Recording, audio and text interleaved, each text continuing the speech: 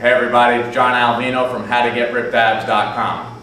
After being in the fitness industry for over 17 years, the one question I get asked more than any other is what are the best lower ab exercises? And before I show what exercises hit this region best, I have to clarify a point. It's a big controversial issue among fitness experts if there is even such a thing as upper and lower ab exercises.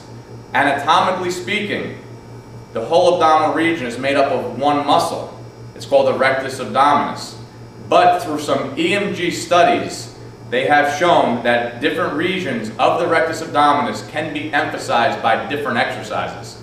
And based on these EMG studies and 17 years of real-world results, I'm going to show you 3 of my favorites. The first one I'm going to show you is called the low ball pull-in.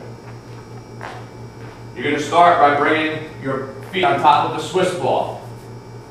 Set your hands up in a push-up position and create a strong plank. You do not want the hips to sag or your hips to pike. After you get good stability, you're going to bring your knees in towards your chest, contract your abs, and extend back to starting position. As you bring it in, emphasize a peak contraction here, extend out, emphasize a strong plank position. So essentially your abs work throughout the entire range of motion. That's one of my favorites, and a progression from that is a hanging knee raise. I'm going to show you that one next. In order to perform this exercise properly, we need an overhead bar or a chin-up bar. You're going to get set with an overhand grip and allow your body to hang just as if you were about to perform a pull-up. From this position, you want to initiate the movement from the abs, bringing your knees towards your chest. Contract the abs here and extend back down to starting position. Oftentimes you see the mistake people make where they just flex the hips to the 90-degree mark. From here to 90 degrees is mostly hip flexors. To really recruit the abs, you want to continue the range of motion all the way up so the knees are on your chest and extend back down with control. It's a very good exercise. It's one that you can progress from its bent knee like I just showed you to a straight leg. I can demonstrate that next. The straight leg variation, same thing. We initiate the movement with the abs, bringing our shins to the bar. Control back down to starting position. I'm going to show you guys one more lower ab exercise. It's one of my favorites and it's also one of the most difficult.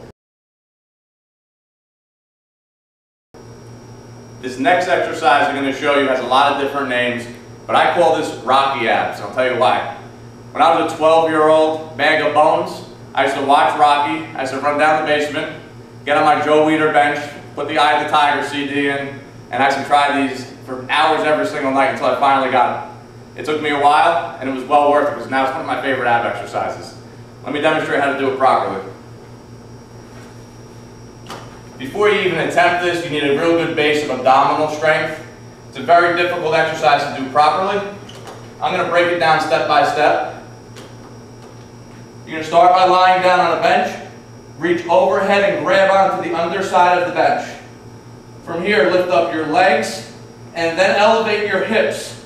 This is the starting position. You're going to lower your legs down now while keeping your hips up. And return. Hips up, lower the legs. One more time. Hips up. Go down as far as you can.